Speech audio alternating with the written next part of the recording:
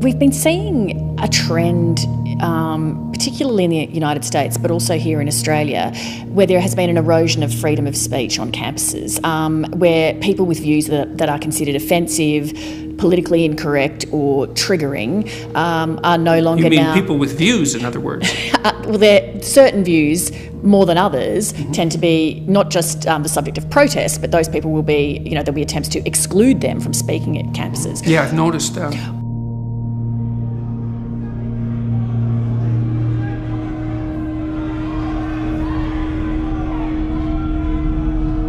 What is going to be the effect if that kind of behaviour continues in those kinds of environments? It's hard to tell. The broader social effect is not going to be good because lots of the things that are happening in the universities that aren't good are already leaking out into the broader social world. Part of what's going to happen is that people are going to stop coming and speaking on campuses. That's pure narcissism at work, by the way. Clinical psychologist Jordan B. Peterson has been described as one of the most influential thinkers of our time. You were catapulted to national and then global prominence as a result of a single act of defiance on the university campus where you have taught for many years as a pretty eminent person in the faculty of do we call it psychology? Yeah. As both a clinical professional and a teacher and researcher.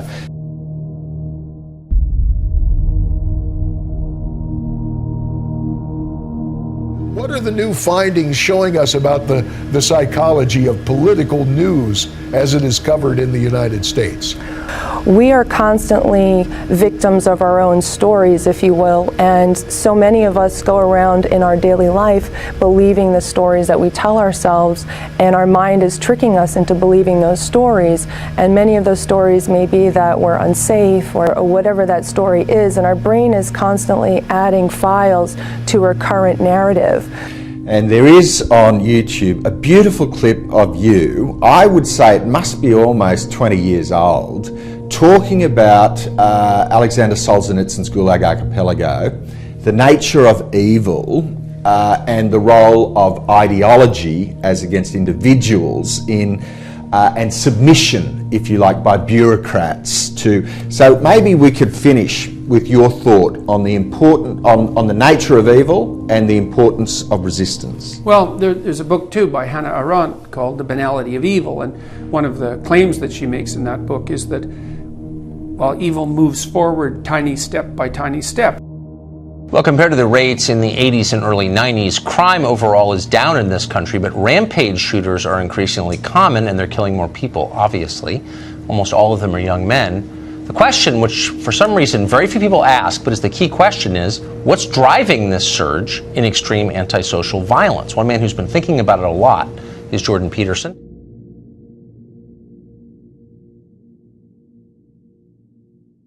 Shots were fired inside a Maryland high school today, and the school was put on lockdown. The bombings left the city on edge since they began on March 2nd. His family with a very personal statement today saying they had no idea about the, quote, darkness in their son. We wanted to ask you the question that we think too few are asking, which is, why is this happening? Why are young men shooting up schools? Because they're nihilistic and desperate. How'd they get that way? Well, I think life can make you that way unless you have a purpose and a destiny, let's say.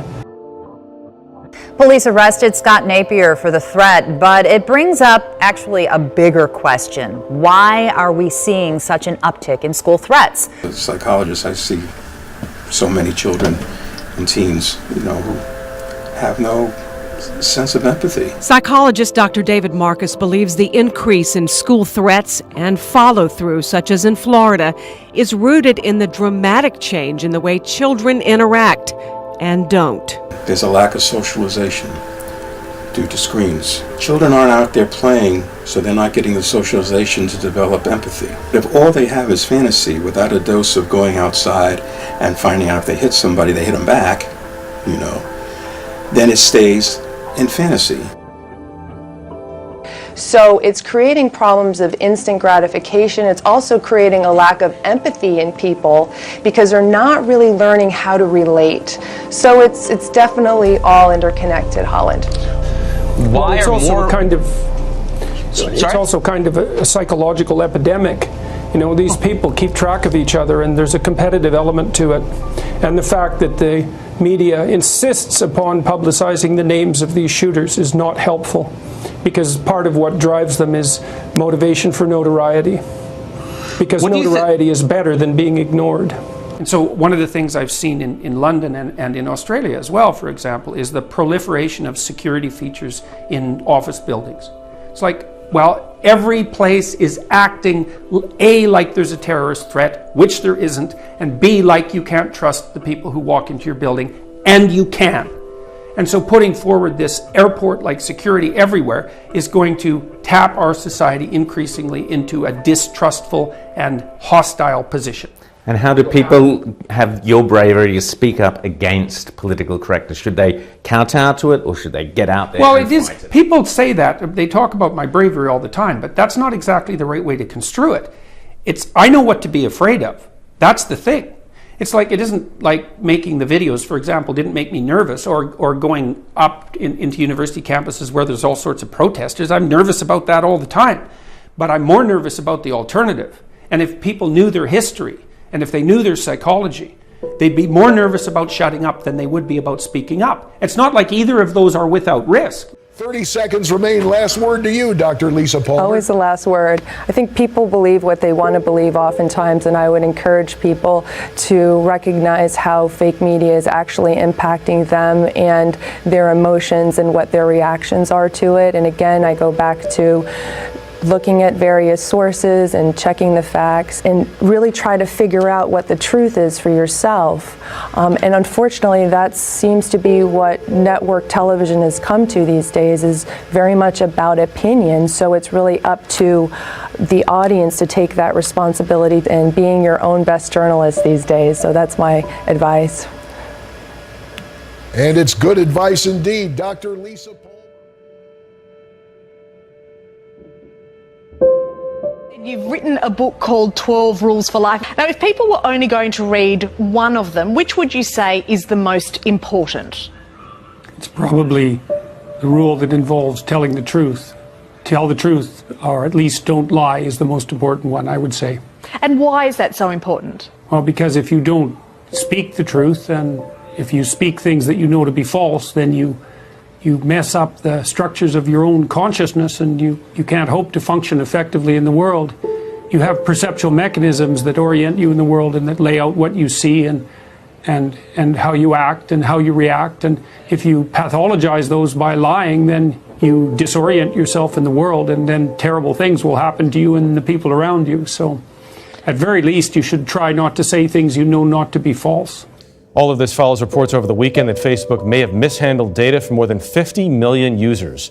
That allowed Cambridge... The scandal involves a data-gathering firm called Cambridge Analytica. It worked with multiple U.S. presidential campaigns, including Donald Trump's. Wiley calls the data a political goldmine. If you're trying to influence, an American election, that's a one-stop shop. So, Nick, for the average Facebook user, how is this information being used? So the more information that a political campaign has about you, the more they can target ads. They know your personality, or they know your interests. Like if they know your religion and how strongly you believe it, they can target you ads against those beliefs. Should we be worried based on what we're hearing? You don't need to be worried that your information is going to be hacked, that your bank information will be stolen. But this whistleblower has said that this information was used to create ads that turned us against each other and that were deliberately divisive. Nick Thompson, thank you. They found Cambridge Analytica secretly worked to influence over 200 elections worldwide, and their tactics weren't so squeaky clean. The two fundamental human drivers when it comes to taking information on board effectively are hopes and fears. And many of those are unspoken and even unconscious. It's no good fighting an election campaign on the facts, because actually it's all about emotion. But that's not what Cambridge Analytica publicly admit, of course. Publicly, they say that advertising is not coercive. They'd also tell you they never use any dirty tactics, but In hidden camera video from our British partner ITN Channel 4, a company executive told a reporter posing as a prospective client about the company's edge in politics. There's no good fighting an election campaign on the facts, because actually it's all about emotion. Another executive brags about the lengths they would be willing to go for a client. Send some girls around to the candidate's house. We have lots of history of things. In the minute we have left, if you could pass on one piece of life advice, and this really is a book of life advice, to our viewers, what would it be? Stop saying things that make you weak. What does that mean? Well, if you pay attention to what you say, you'll know that sometimes you feel like you're standing on a rock, that you're in a solid place, and I suppose that you're speaking from your heart. And other times you're saying things just to look good and just to buttress your particular status at the time, and that makes you feel weak. You sell yourself out. And if you pay attention to what you say, you can tell when you're making yourself stronger, and you can tell when you're making yourself weaker. And unless you want to be weaker, then I would say it's best to say those things that make you strong.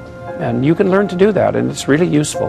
This interview on British television clocked up more than 8 million views. Why should your right to freedom of speech trump a trans person's right not to be offended? Because in order to be able to think, you have to risk being offensive. I mean, look at the conversation we're having right now.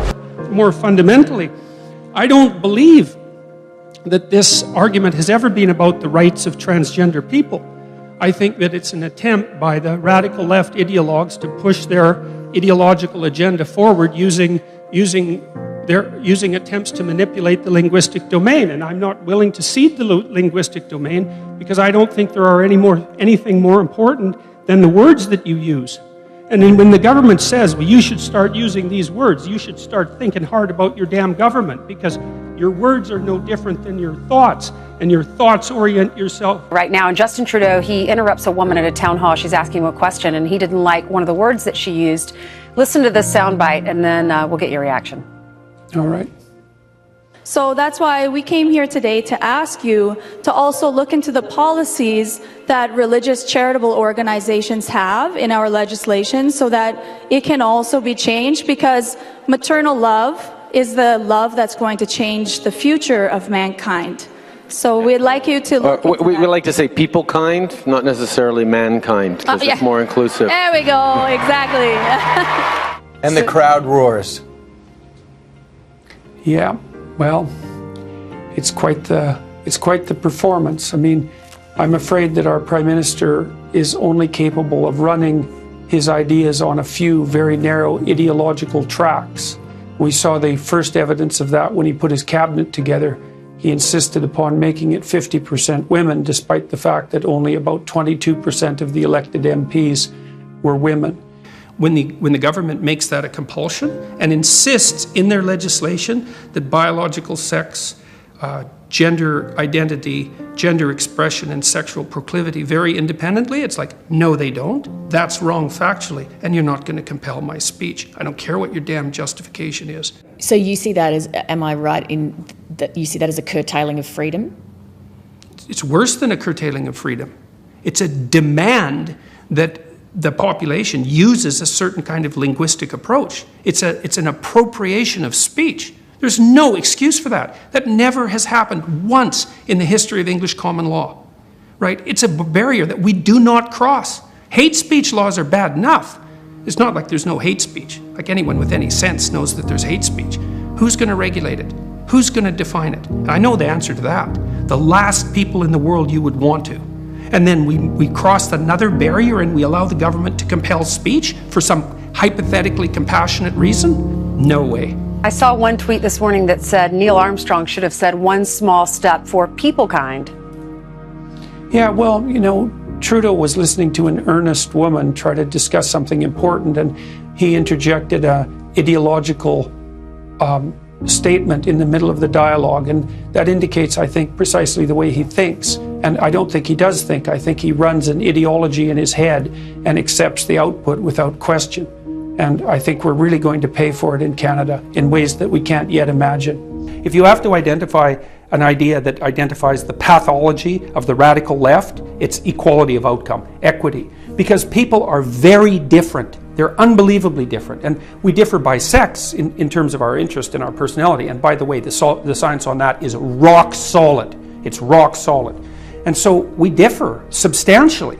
And what that means is that to impose equality of outcome doctrines and policies means that you're going to empower the bureaucracy that does that imposition with so much power that the probability that they will be tyrannical is virtually 100%.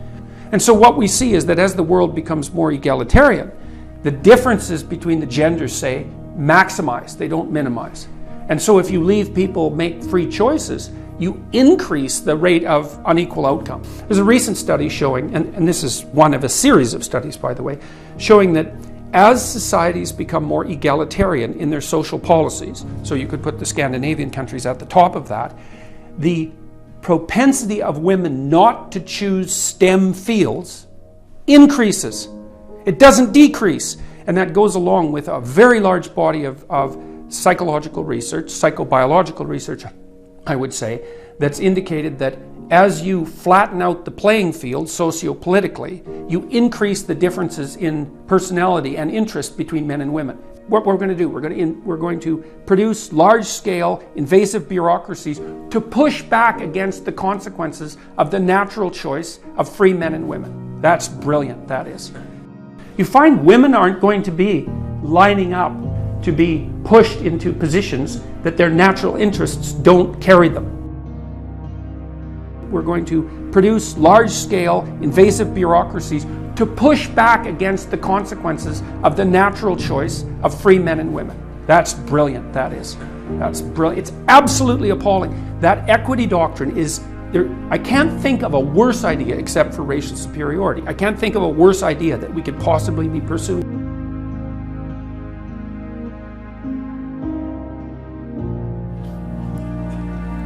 Rule 11 is don't bother children when they're skateboarding. And that's a meditation on the difference between weakness and goodness. You see, one of the things that's happened in our society, and especially with regards to our attitude towards men, but also our attitude towards the masculinity in women, so it's just as toxic for women, is that we seem to have concluded that strong men are dangerous, and that's partly because we think Western culture is a tyrannical patriarchy, and the only reason you get to the top is because you misuse power. And so all the men who are at the top of the hierarchy are all misusing their power, and they're all tyrannical, and all the guys who have the aim and ambition to achieve that are just tyrants in training. And that's sort of the basic attitude that we have towards our own culture and towards young men now.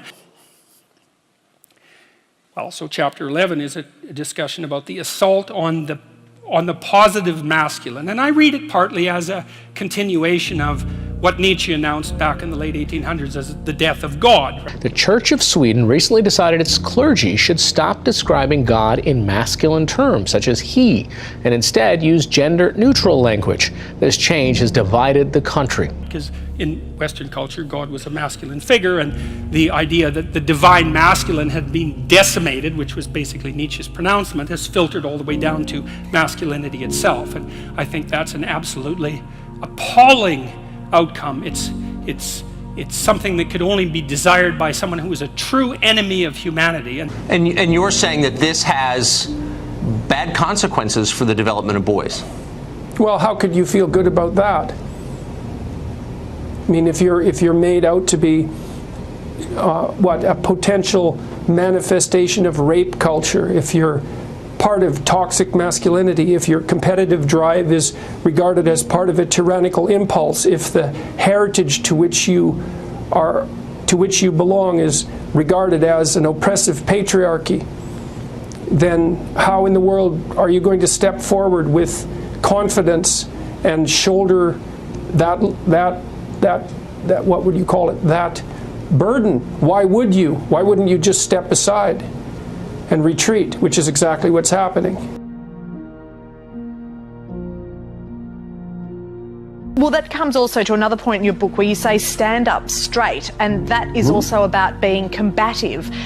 Does us walking out into the world with a sort of aim to be more combative, does that make us more aggressive as a society? No, I wouldn't say it's about being more combative. It's about being more courageous. That's not the same thing. To stand up straight with your shoulders back is to actually expose the most vulnerable parts of yourself to the world. And that's a courageous act. It indicates confidence and the willingness to take risk. That's not the same as combativeness or aggression. It's competence and courage. And those are very different things. Now, you rose to prominence for your opposition to laws in Canada compelling people to use gender-neutral pronouns like ze or they rather than he or she. The Commonwealth Games begin here in Australia next month, and volunteers are being told not to use phrases like ladies and gentlemen or policemen to be more inclusive. As soon as you grant the people who have that ideological presupposition power by validating their essential claims, for example, with regards to equality of outcome, you empower them to a degree you can't imagine. And if you think that won't take you out, then you're naive. So that's a warning. It's not a good idea. And if you want to end up in the same situation as Google, which is fighting lawsuits on the left and the right because of their prejudicial approach in principle, then keep playing identity politics and see how burned you get by that. And you can keep fractionating the groups and technically without end, and you actually see this happening in real time, so to speak, as the acronym for the LGBT activists continues to expand really without end. And see, what's at the bottom of intersectionality, and this I suspect will be discovered eventually by the radical leftists if they get that far, is that you have to fractionate the groups right down to the individual. And that's what Western culture discussed and discovered and articulated over the last 5,000 years. It's like, oh, right, the group isn't the paramount division, it's the individual, because unless you treat each person like an individual, you're not taking all the intersections into account. And so it's extraordinarily comedic. The individual is paramount as far as I'm concerned. I think that's the fundamental principle of Western civilization. Now, it's not only the West that has come across that discovery, but I think we've done the best job so far of articulating it. And so we don't want to lose that, because the alternative isn't a multicultural utopia. The alternative is a descent into tribal barbarism. You see that within 5 years in Canada, for example, you may not even be able to have the idea that men and women, or mum and dad, a kid deserves a mum and dad. Yeah, well, I think to some degree that we're already there. I've been in situations already where the very idea that having two parents, one of each sex, let's say, is actually beneficial and necessary is already regarded as a form of prejudicial speech. Even though it is self-evidently true. Yeah, well, you know, it's surprising how many things turn out to be not so self-evidently true. It's amazing how many things can be undermined and torn apart. And we're certainly facing people whose ideological pre-commitments inspire them to take everything down to, well, to the foundation. If you're going to say something unpopular and you're going to get attacked for it, that's a risk, but to shut up and pretend that you think something different is to warp your soul, and that's a much bigger risk. So yes, it is. So why I would think that even if they didn't agree with you, that people in the media would be thrilled by the way you comport yourself, the way you respond, because clearly you're saying what you really think, and that's supposed to be our charge as journalists, is to tell the truth.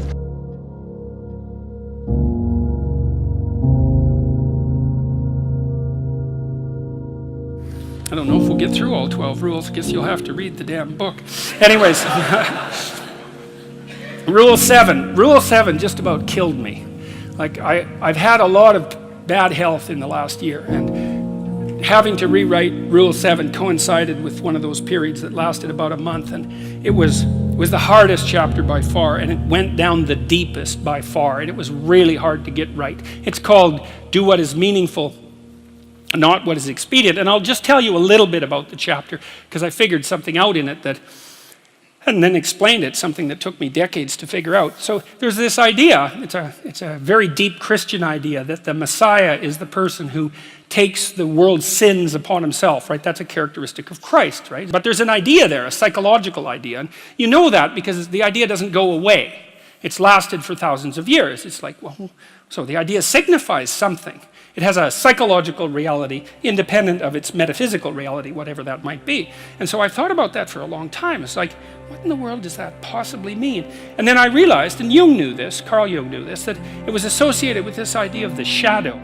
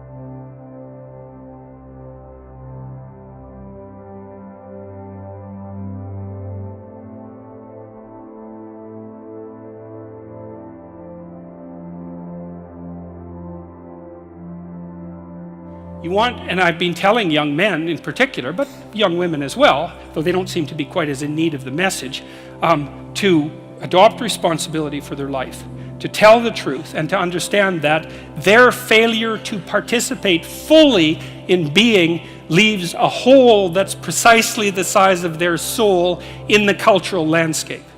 It's no joke. We need all the light we can possibly bring to bear on the situation. And I firmly believe that, and I believe that for all sorts of reasons, and I think they're very deep reasons. And that's partly why I would say Rules to Life also has, it's a funny book because it has a very religious core, but it's also very heavily grounded in evolutionary biology. So, but that's what chapter 11.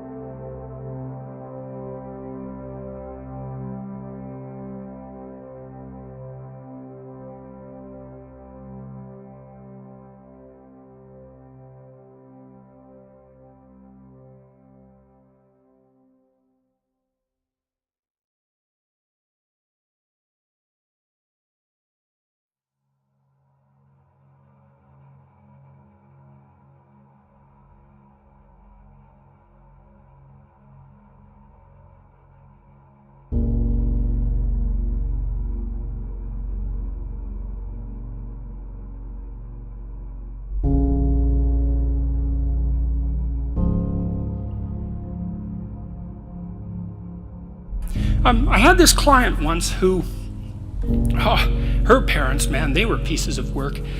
And when I saw her, she was about 30, and she had a lot of strange symptoms of sorts I'd never seen, psychosomatic symptoms. She had kind of like quasi-epileptic seizures at night, but she stayed conscious during them. It was very difficult to understand it, and I won't walk through it. But her parents told her that adults were angels, and she was like 28. She had a university degree, and I said, well, didn't you ever wonder about that? I gave her this other book called Ordinary Men.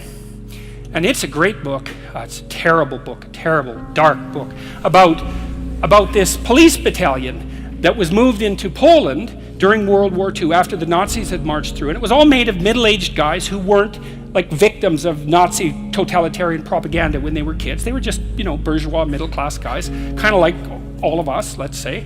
And they went to police Poland, and they were going to have to do some terrible things, essentially. But their commander told them quite forthrightly that if being involved in wartime policing was too hard on them, if they felt that it ethically violated them or psychologically violated, that they could just go back to policing in Germany. And very few of them did, partly because they didn't want to abandon their comrades, let's say. They didn't want them to have to do the dirty work, you know. And they were normal policemen, they ended up the sorts of people who could take naked pregnant women out into the middle of the field and shoot them in the back of the head. That's how the book, that's the culmination of their training. It's very interesting to read about their training because they were absolutely sickened by what they learned to do, like physically sickened, vomiting, shaking, traumatized, but they didn't stop. And if you want to know why, then you can read the book. And I said, look, read this book, but don't bloody well compartmentalize it. Enough of that. It's like, read it like you're one of the damn policemen, which is how you should read history. Right? You read about Nazi Germany and you think, well, I'm Oskar Schindler. I'd save the Jews. It's like, no, you wouldn't. Right? You wouldn't, because people didn't. And the probability is very high that you wouldn't. And all you have to do is think it through. You know, Anne Frank, it's like, you're really going to put your family at risk to hide a group of another family in your attic for like multiple years while there's Nazis parading the street, and where if you get exposed, you all die. You're going to do that, are you? It's like very unlikely. And no wonder, it's not surprising that it's unlikely, but you don't want to be inflating yourself with with fictional heroism without actually knowing the facts on the ground. So I told her to read it and to understand that the policemen were her. And that's the thing to understand. Well, the idea that the Savior is the person who takes the world's sins upon himself is exactly that. It's exactly the same idea. It's like the way that there stops being Nazis is for you to know that the Nazis were you, and for you to decide not to do that again. But you have to know, you see, this is the thing that people won't do. You have to understand that you could not only do what the Nazi camp guards did in Auschwitz, but that you could actually enjoy it. And then you have to decide that you're not going to do that anymore. And that's not an easy thing to figure out.